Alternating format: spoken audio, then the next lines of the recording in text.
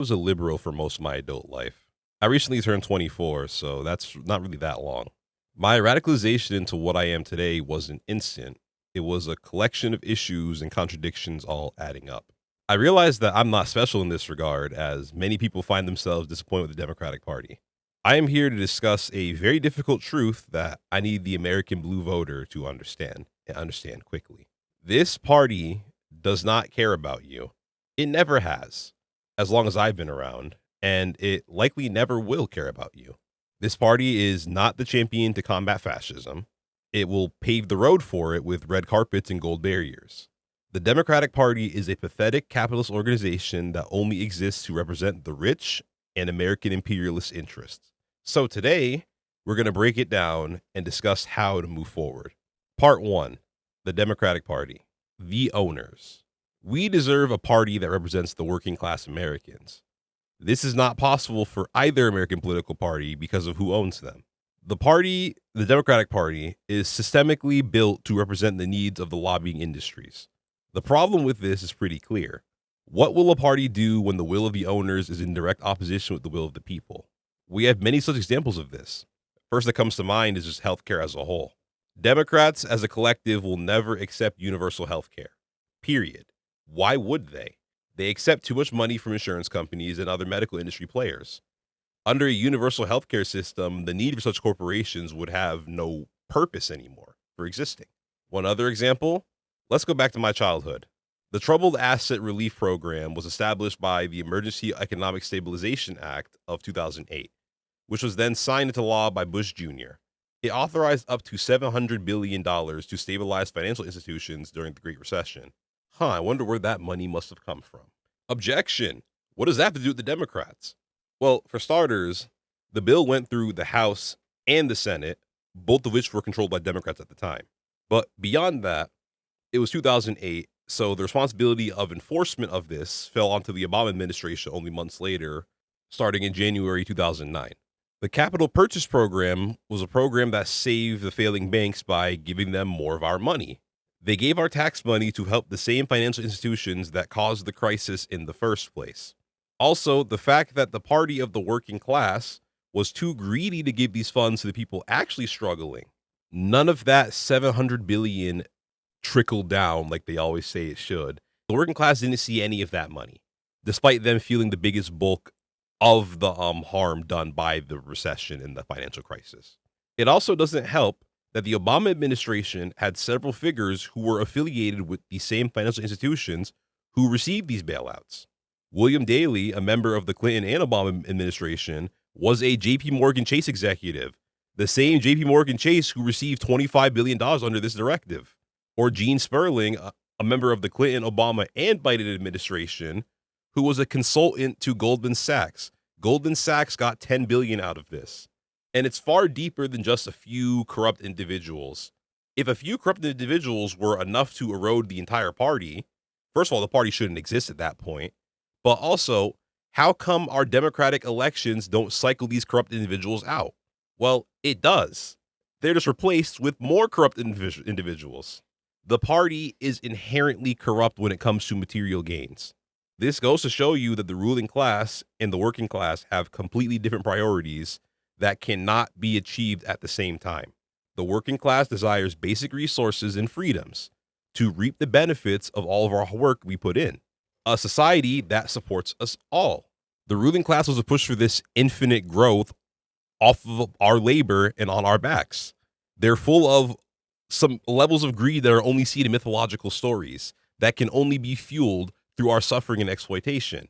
Which group's priorities do you truly feel the Democratic Party lives to serve? The working class or the ruling class? The Democratic Party is a party of rugged capitalists. Capitalism is the cause of our poor material conditions right now. So how is the party upholding this same system gonna break it down? It won't. The party representing the people will need to oppose capitalism and the corporations actually fucking the people. The Democratic Party will never do this. I already addressed the party as a whole as representatives of capitalism. But what about the liberal politicians as individuals? Rich elitist liberals. There's three kinds of Democratic politicians in Washington. A, the ones who were born into wealth, the wolves in sheep's clothing. They pretend to understand your struggle and be down to earth and relatable, even though they've never struggled for anything in their entire life. It is very possible to come from wealth and advocate against capitalism. But these liberals that are born with silver spoons and silk sheets simply don't do that. Then there's type B, the ones who achieve wealth through their position. Oftentimes they go into office with good intentions, but become compromised by the money and power that comes with the position. And then there's type C, the rare exceptions. These are the Democrats who often aren't even liberals and tend to have anti-capitalistic views. They don't usually last in office that long, unfortunately. I wonder why. The first two types are categorically incapable of representing the average person. This is where critiques on liberals being out of touch, pompous, and elitist stem from. The average Dem in Washington is all of these things. I think the biggest travesty with our system is that the people that should be placed in positions of power because they genuinely care about the masses and the average person, they don't end up in office. Things would be a lot better if the government had actual working class individuals who care about and understand their communities while in office, not silver spoon, legacy admission, political Nepo babies. The other travesty is when average people do end up in office and quickly become corrupted and compromised. Why does the party enable the creation of so many type Bs? Because I would actually argue that the average person we have, the average complacent liberal we have in Washington is a type B. Politicians who run with seemingly good intentions then hit a switch. Why does this happen? Because once they win the election, they must pay the debts owed to the figures who fought and to put them in there in the first place. If the technology lobbies paid to put you in office, why the fuck would you be allowed to vote against their interests? Type Bs are afraid of biting the hand that feeds. The hand in question should be the working class constituents, which is the case for the type C liberals or Democrats, but it's almost always the ruling class for type Bs.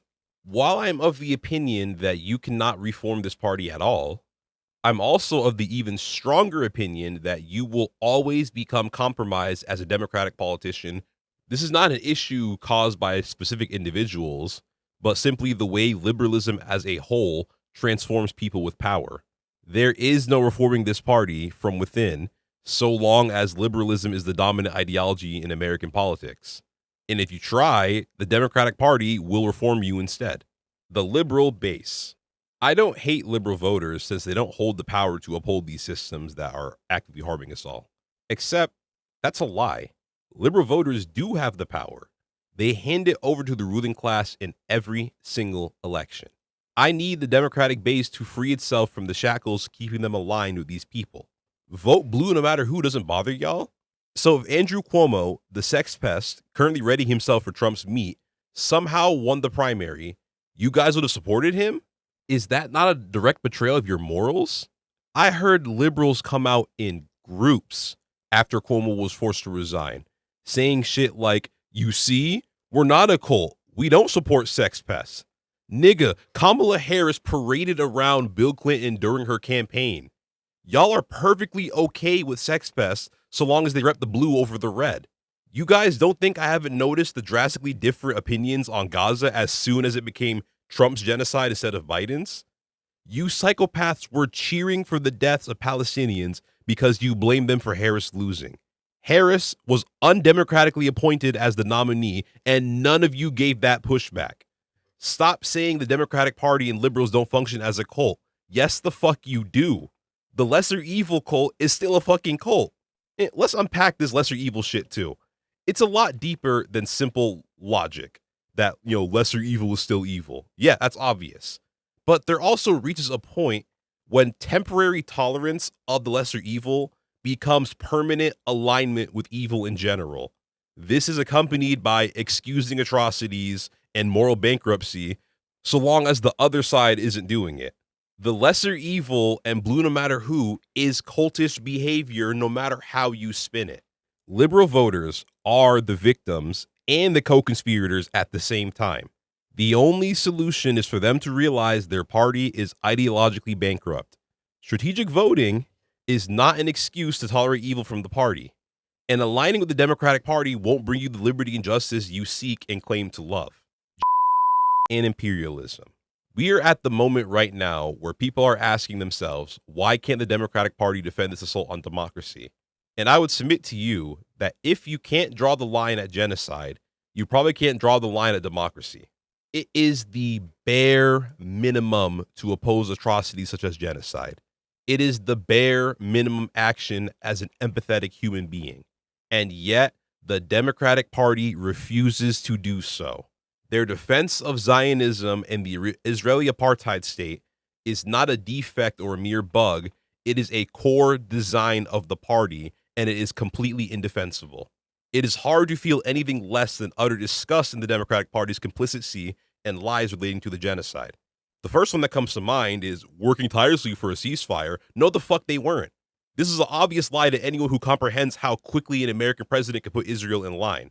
Israel is the belligerent evil child of the American empire, and America is a rather shitty parent. The United States is solely responsible for what Israel has been capable of getting away with.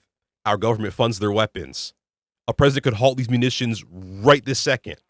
No congressional approval necessary, just a fucking phone call.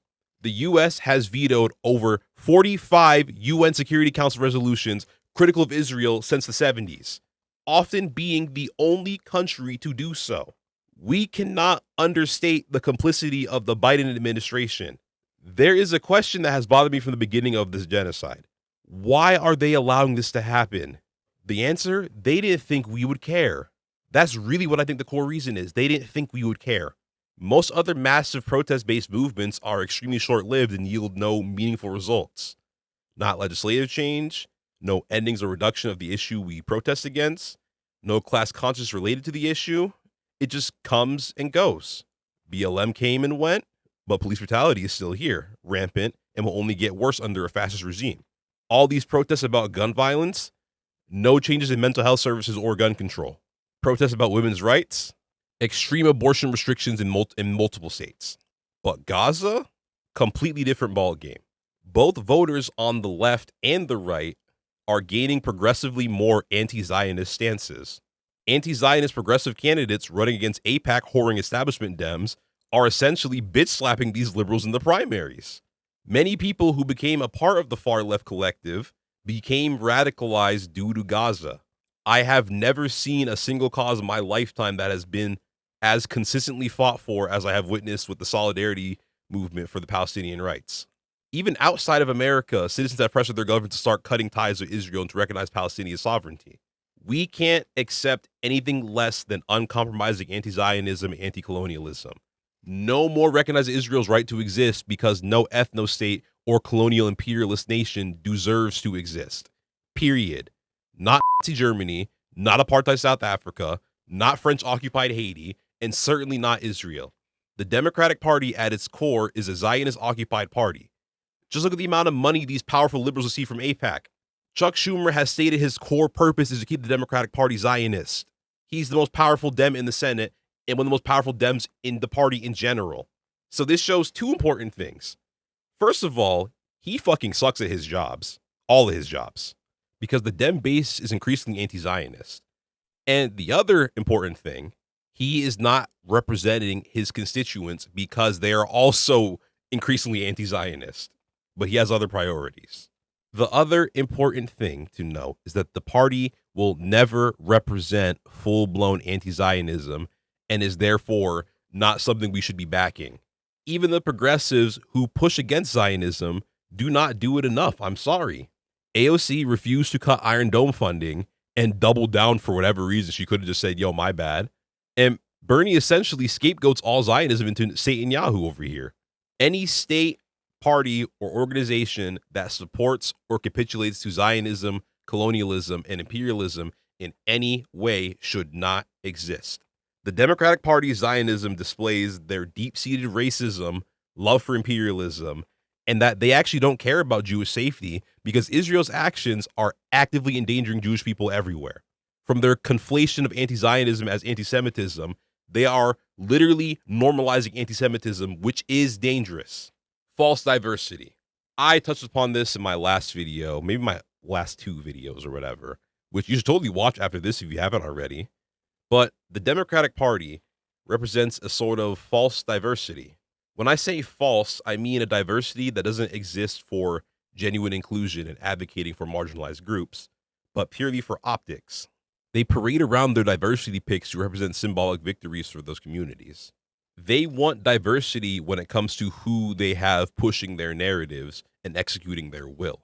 Like the meme of an American plane bombing a Middle Eastern nation, but the plane is wokeified with pride flags, women power, and BLM. That's how diversity functions within the Democratic Party. I was old enough in 2016 to remember the way they marketed Hillary Clinton as the first woman and the opposite of Donald Trump. And that was it. But let me be clear. While the attacks of Hillary Clinton's character and corruption at the hands of Republicans was blatant hypocrisy because they're just as corrupt, if not worse, most of the criticism about her is completely justified. She called young black men super predators and was extremely out of touch, and her husband is a sex pest whom she willingly stuck beside and still does to this day, probably for political reasons. And she also actively facilitated the war crimes of the first Obama administration because she was Secretary of State. Hillary Clinton didn't lose to Trump because she's a woman. Well, probably part of it, but that's not the only reason. She lost because of all the reasons I listed. Her pompous arrogance thinking Trump was the easy opponent, and because the base actually wanted Bernie, but the establishment wanted Hillary, and that's a conversation for another day. I'm not touching that right now. See, the party truly does not give a fuck about diversity. They just aren't as openly racist as Republicans, so they get a pass. But we really need to be clear about the way this party actively harms and allows others to harm marginalized groups. This party has been tasked with representing black citizens since the 60s and is responsible for the exponential growth of mass incarceration. Joe Biden's 1994 crime bill in the Bill Clinton administration, mass incarceration. Objection. The black community leaders were in support of it. Yes. So, my thoughts on the black leaders who actively participated in that bill is pretty simple. Fuck them. All of them.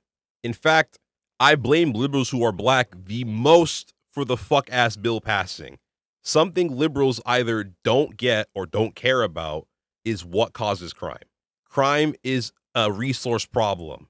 If you allocated more resources to education, after school program, community centers, and ensuring everyone has their basic needs met, you would drastically lower crime. So I refuse to accept mass incarceration as a benefit for the black community like they attempted to excuse it as. If Democrats cared about black voters, they would have attacked educational segregation that's happening in these blue states, environmental racism happening all over the country, and the prison industrial complex, which they had the power to change multiple times. Man, I haven't even addressed the worst part yet. They not only do not do enough to advocate for actual diversity, but they're prepared to do even less. After Harris lost in 2024, many of the establishment Dems think they lost due to messaging. What aspect of the messaging do you think they're blaming? The wokeness, of course.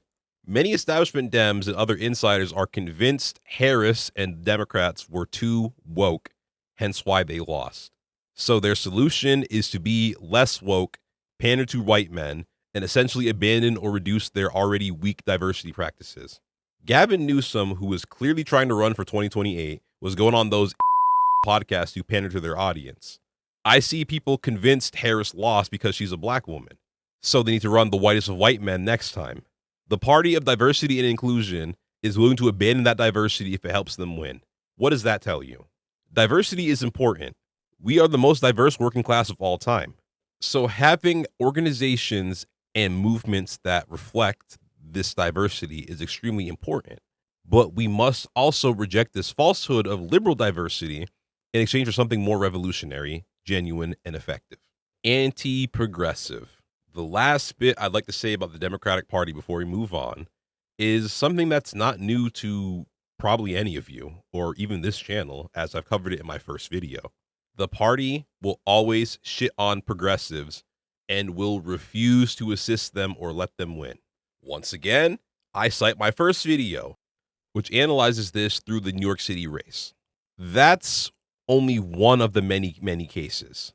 You got Bernie presidential runs. You got the primarying several progressives for daring to criticize Israel, punishing progressives in various other ways for criticizing Israel, refusing to back or endorse Democratic nominees for being too left.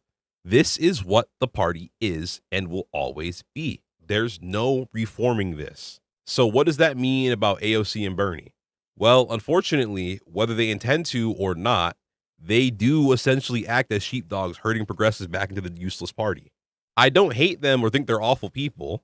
They were an important pathway to my radicalization and many others, so deep down, I hope they're doing this because they feel like it's for the best. But their allegiance to the Democratic Party is dangerous and counter-revolutionary, therefore it's wrong. It's unconscionable to make any attempt to repair this party, since this party is inherently designed to disregard the working class, unless it's for donations, midterm, or presidential votes. Objection! What about Zoran Mamdani? You made an entire video glazing him after all. Well, dear viewer, there's a few key differences. Zoran has my good graces until he actively starts endorsing and defending establishment Democrats and aligning with them. If he ever does that, I will literally make a retraction video immediately. There is a notable difference between strategically running as a Democrat to take their platform and resources versus trying to change the party from within. We've literally had several Black Panthers run as Democrats. In fact, even if you are further left than a Democrat, run in the Democratic primary first. You may very well prevent a liberal from having the full backing of their party, or at least it's how it's supposed to work.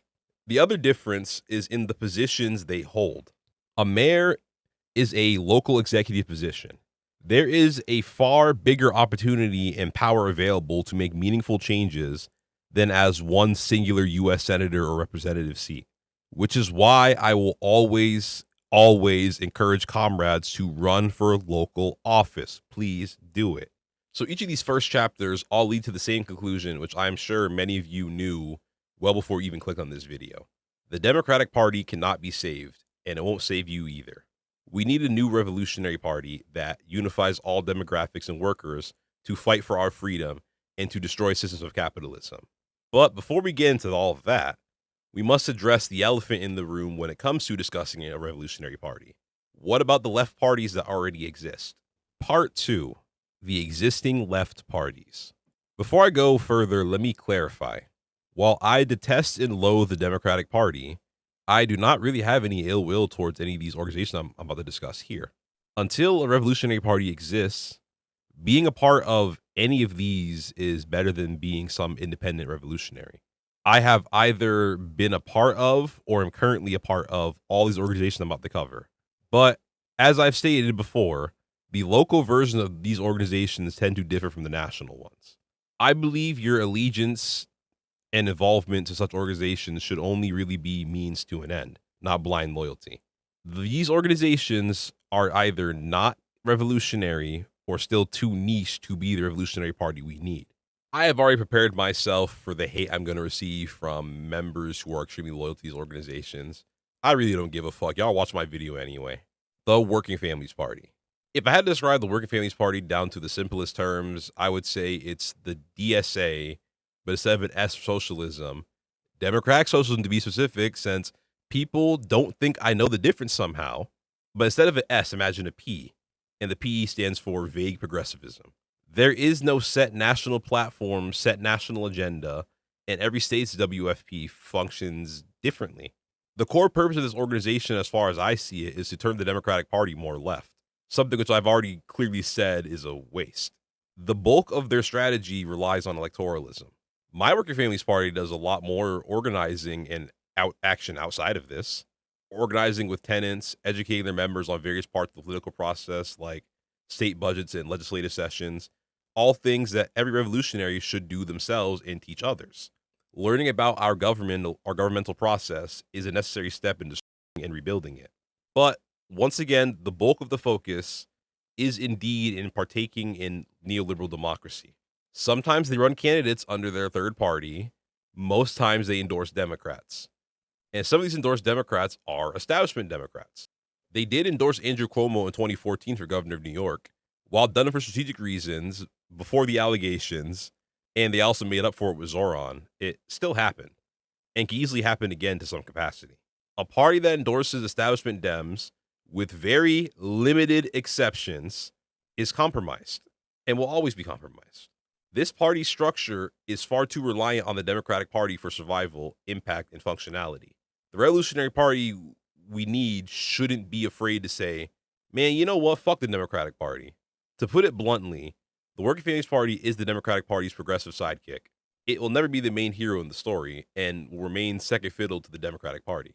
But they could serve a necessary purpose of helping the people on the real left, win local elections. But there's a chance they'll endorse the establishment Dem over a candidate that's a little too left for them. The DSA. The Democratic Socialists of America is the biggest socialist adjacent organization in the country. No one comes close to its reach, influence, and growth as of late. They engage in all types of organizing that I mentioned the Working Families Party does.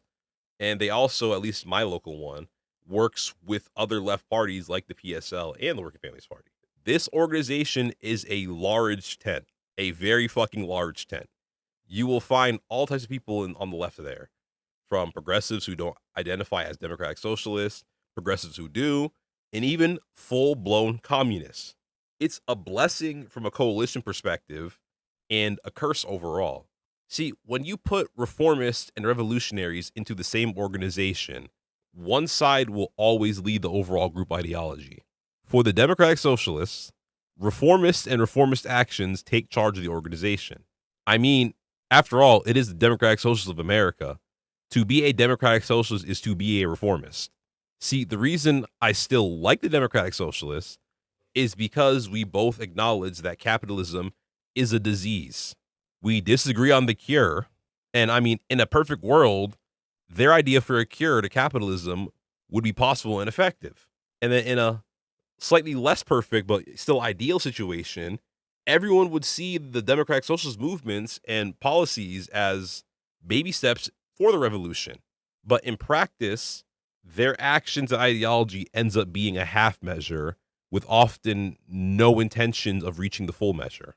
The party is the biggest door into left politics. It has the greatest chance to begin the radicalization process of liberals into democratic socialists.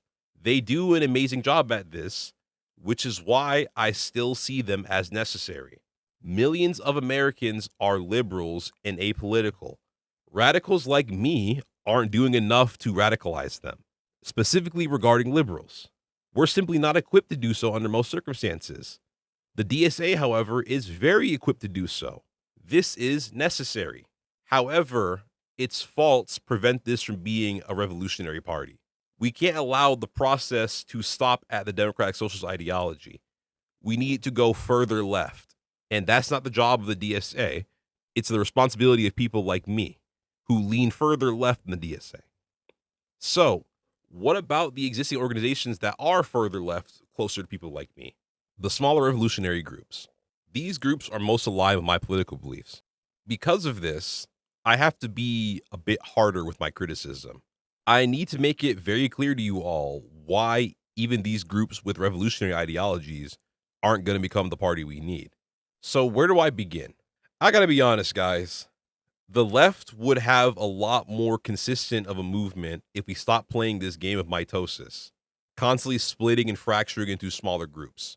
We got way too many fucking parties. CPUSA, SPUSA, RCA, ACP, FSP, PSL, DVD, VCR, A1C. Like, what are we doing here? This is not even an emotional argument, despite how much this pisses me off. It's simply devoid of logic.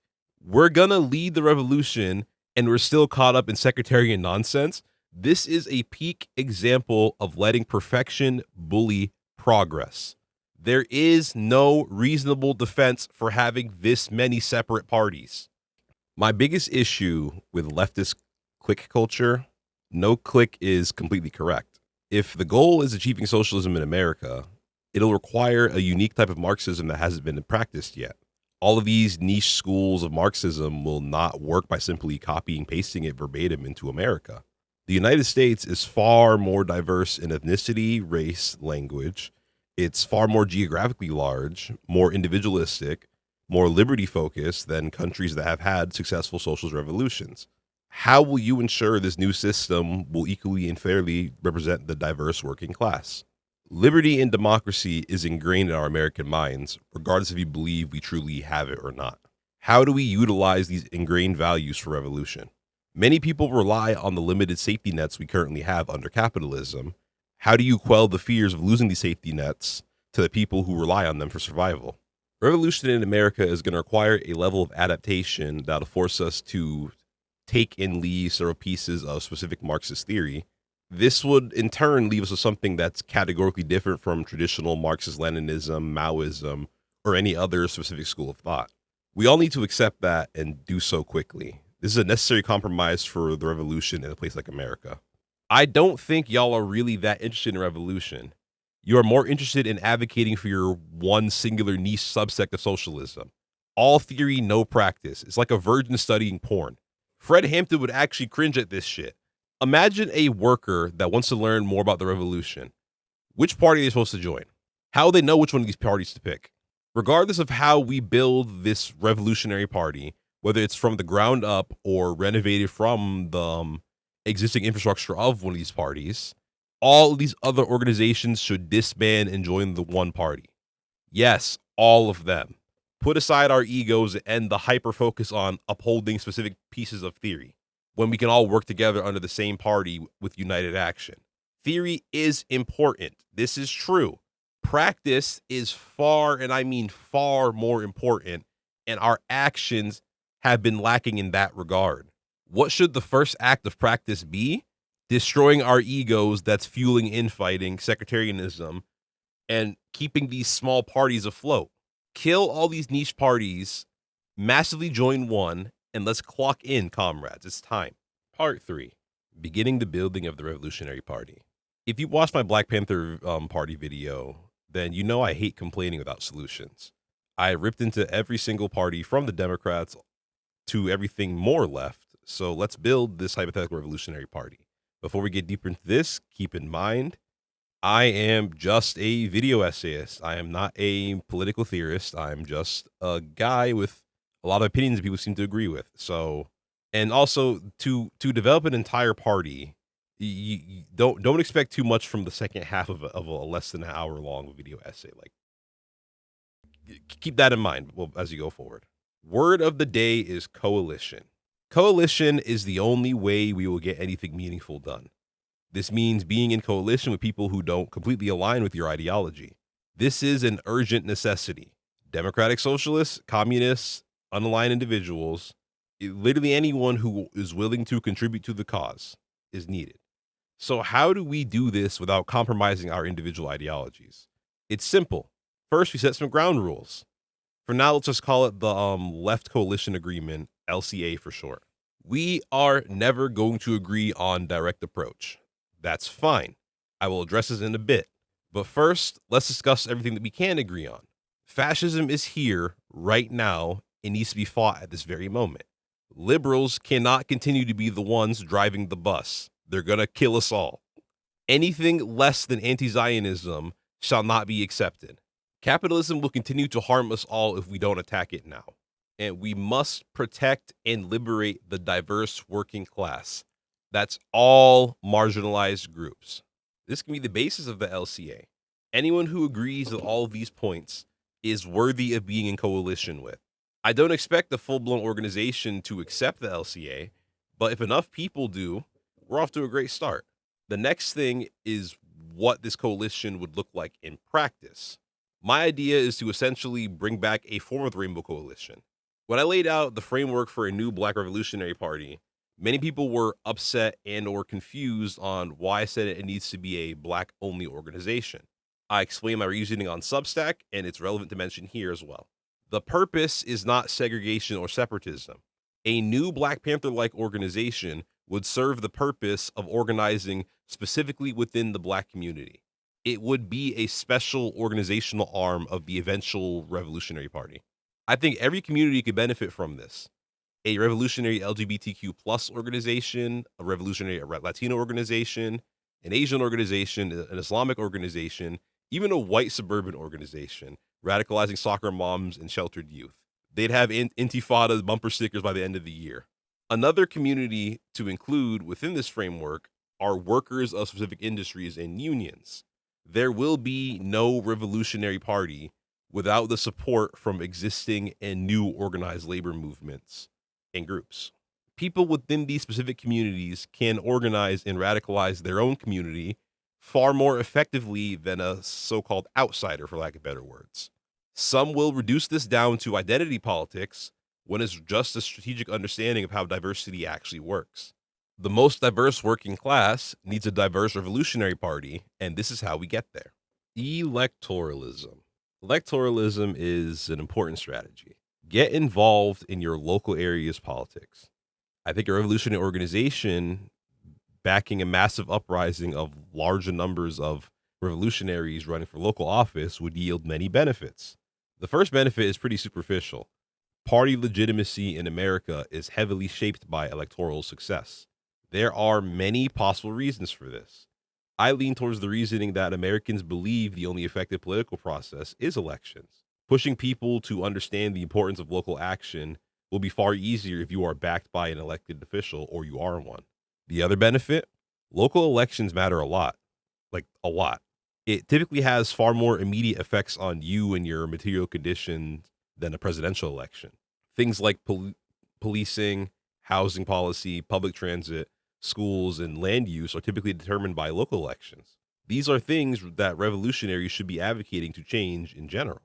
Now, what about bigger elections like federal or governor races? I think an issue with many third parties is not starting with local movement. There is no logical reason for a third party to run for a US Senate seat, for example, when you have no mayors or city council members within that state at all. We must start from the bottom and move up if we're going to utilize electoralism. So I don't care if that's for mayor, city council, school board, comptroller. You should run for something local if you feel you are a good enough leader, because we need more of you. Seize the media. We need more left media.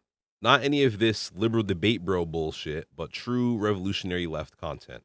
If we don't need more, then explain why this channel is growing so quickly. There are several gaps that need to be filled in the revolutionary content sphere. The media has been an important aspect of all revolutionary movements. Even some of the earliest ones had propaganda media. It's necessary. The media should match the present day content consumption habits. The Black Panthers had a newspaper, as newspapers was an extremely popular media form back then. While newspapers are still pretty cool today, the average person ain't reading all of that. So, revolutionary media would need to match today's content habits, which means producing things like podcasts, live streams, video essays, and short form content. But it's not as simple as making all revolutionaries buy podcasts and like start spouting off random facts about Chairman Mao. We need to be strategic about it. First things first, play to your strengths. Some people aren't built for content creation in general. That's completely okay. Do not pick up the mic if you don't got it. Like there's no, just don't feel pressure. And some creators are absolutely shit at some content forms, but are really good at others. Another thing is the target audience of said content. We need more down-to-earth and relatable revolutionary content figures. Imagine someone who is a theory nerd and they make highly educated videos discussing theory. Who is that content for? It's not going to be catered to the average person, and that's the issue with the revolutionary content sphere. The democratic socialist aligned creators know how to reach regular people, but we as a collective don't, and if we do, we're just not doing it. And this needs to be fixed. So no, I'm not saying all theory nerds should dumb down their content. Keep doing you, homie. It's actually important that you make this content. I'm just saying we need more people on the revolutionary side making content for underserved communities in these spaces. Revolutionary content should be accessible to everyone. We also need media that takes advantage of the eroding state of legacy media today. See, I have a personal biased hatred for legacy media, as do many Americans of late. So there is a lot of room for replacements.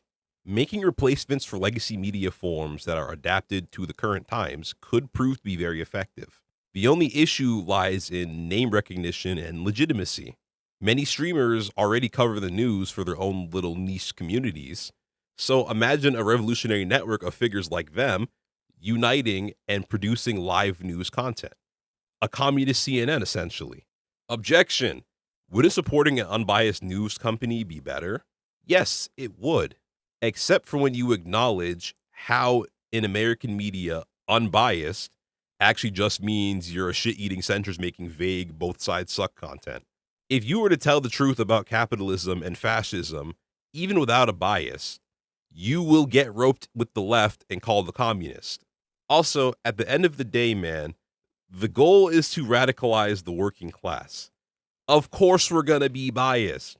If you are telling news from a biased perspective, just have journalistic integrity guidelines that consist of, telling the truth using reliable sources, and don't hide from your bias. Be upfront about it.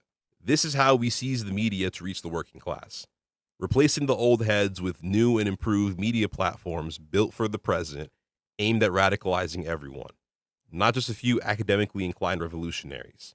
The media arm of the Revolutionary Party is one of the pillars of its power. Community organizing. One of the biggest revolutionary actions you can take, especially as a chronically online socialist, is simple.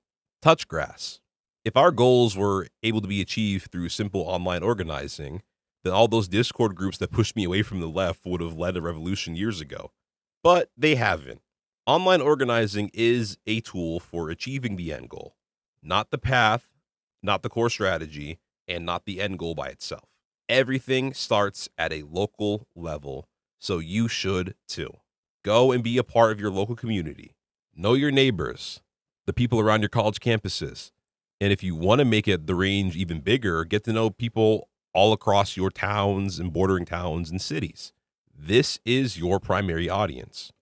Get into localized action. Create or join local organizations, a neighborhood council, a tenants union, a mutual aid group, or a community program like an after-school program, a book club, unofficial town hall meetings, etc. Like, be involved with strikes and boycotts. If a business in your area goes on strike, support them.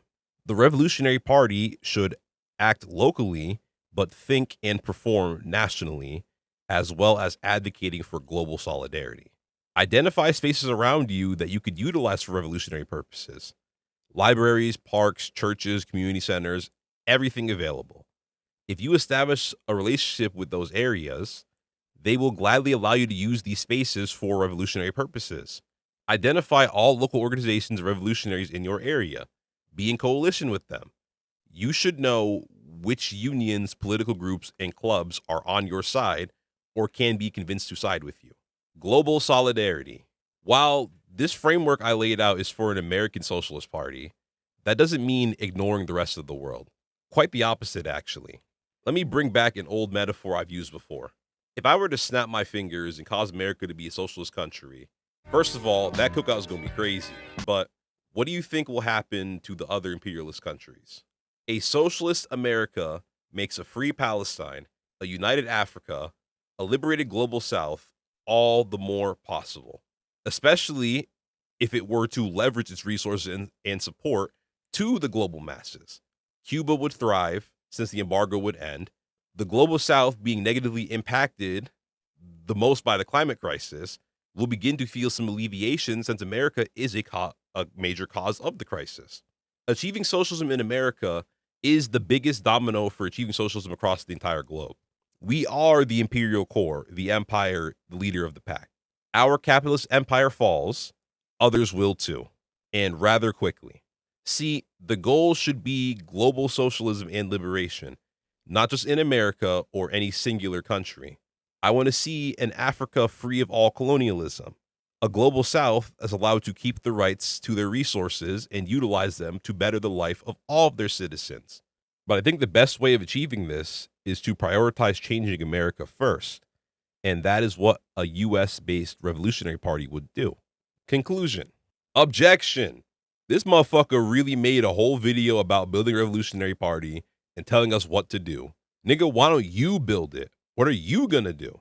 First of all, this Revolutionary Party will need to be started by someone or a group with a large audience, political power, and or organizational capabilities. That's not me, at least not yet. The first of many major goals should be a large Revolutionary Party for America that gathers all types of workers and demographics. If I had the influence and resources to start it, I would do it right now, but I don't. So what am I actually gonna do? For now, I'm going to stay in my lane and keep making videos like this.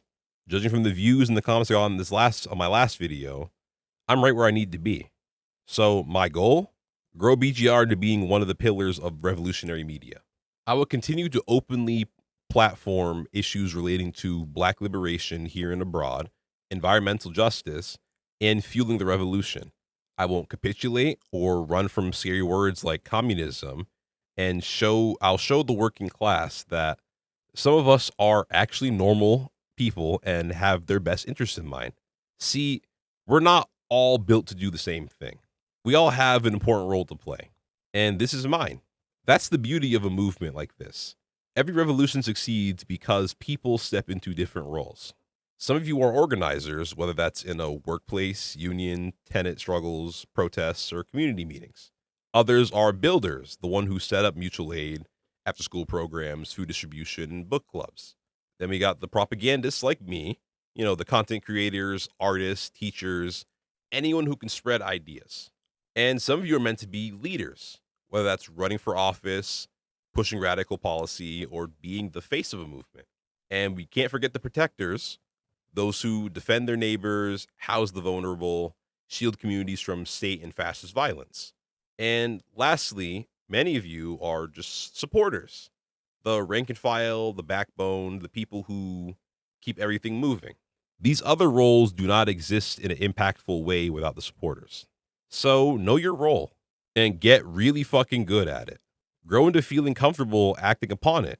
A revolution doesn't need everyone to be doing the same thing or to be the same. It needs everyone to play their part to the absolute best of their ability. So along with choosing how you want to contribute to the revolution, what else do I think we should all be doing? I will repeat this at the end of every damn video. Please, please join something. The Revolutionary Party is not here yet. So you got to settle for one of the other parties. If being involved in a small niche party, the ones that said should all disband and combine into one, is the only way you feel comfortable getting involved, then yeah, even that's better than doing nothing. A time will come to abandon these institutions for a true revolutionary party. So don't become too committed, or do become committed. Honestly, I really don't care as long as you're getting involved. I want you all to meet with like-minded people in your area. These will be the comrades you'll do the bulk of your work with. Get to know them, be there for them, and elevate each other. And what's the best way of finding these like-minded people? Joining any left organization that's around you. Keep pushing to normalize socialism. So many Americans today are discontent and super, super close to getting the point. I am convinced there are people who are quite literally 3 conversations away from becoming socialists. It will always be a scary word if we keep running from it and don't debunk it actively. Break down these stigmas. Help them understand that socialism is the solution to their material issues. Help them understand that we are all united under the same class struggle. We need to think big and be optimistic. The anti-establishment sentiment is only becoming more and more popular in America. We need to take all this raw energy and give it some direction. Aim it at the enemies of the working class and the systems that allow them to oppress us. And the last thing I think you guys should do, which is pretty important, at least to me, is support BGR. If you enjoyed this video, I'd appreciate it if you'd like, subscribe, and share the video. Now, if you are a paying member of the BGR Substack or Patreon, you got to see this video early with an entire unscripted editor's note section, where I dive deeper into the process of making this video and a lot of other things. If you'd like to get those benefits for next time and help fund this media movement, please consider becoming a paid subscriber to the BGR Patreon or Substack. I say or because there is absolutely no need to pay to subscribe to both. The $5 Patreon tier receives the same exact benefits as a paid Substack subscriber. So I recommend that everyone subs to either one, even as a free member, so you don't miss out any of my free Substack content and a lot of other free content that I don't post on YouTube. For example, a little system I started after the Black Panther video is at the end, or after each video has been uploaded, I will write a reflection based on your guys' comments on the video.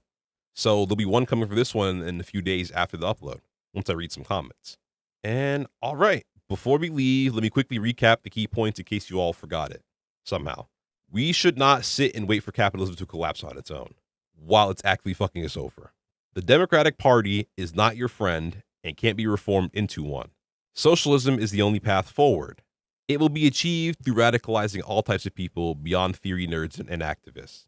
So let's get to work, comrades. Peace.